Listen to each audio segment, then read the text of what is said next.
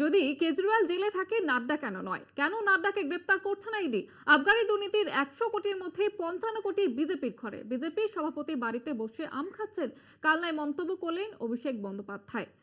এবার অমিত শাহকে এবং জেপি নাড্ডাকে নিশানা করলেন অভিষেক বন্দ্যোপাধ্যায়। যেমনটা তিনি জানালেন, যেমনটা তিনি মন্তব্য করেছেন যে কেজরিওয়ালকে যদি গ্রেপ্তার করা হয়, নাড্ডাকে কেন নয়?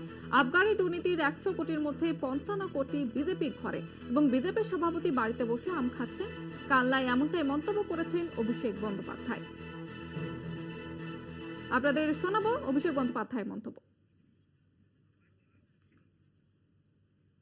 বিজেপির সর্বভারতীয় সভাপতিকে অ্যারেস্ট করা, তার কারণ যে ১০০ কোটি টাকা স্ক্যাম বলছে, ৫৫ কোটি টাকা ইলেকটোরাল বন্ডের মাধ্যমে বিজেপিতে গেছে। আপনি এই প্রশ্নটা করুন না বিজেপির সর্বভারতীয় সভাপতিকে। কেজরিওয়াল নয় জেলে বসে আম খাচ্ছে, বিজেপির সর্বভারতীয় সভাপতি তো বাড়িতে বসে আম খাচ্ছে।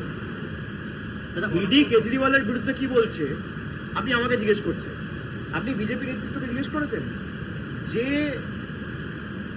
লিকার স্ক্যামের কথা আপনারা বলছেন, সেই লিকার স্ক্যামের তথাকথিত ১০০ কোটি টাকার যে অভিযোগ, সেই অভিযোগের ১০০ কোটি টাকার মধ্যে ৫৫ কোটি টাকা বিজেপির অ্যাকাউন্টে গেছে ইলেকটোরাল বন্ডের মাধ্যমে।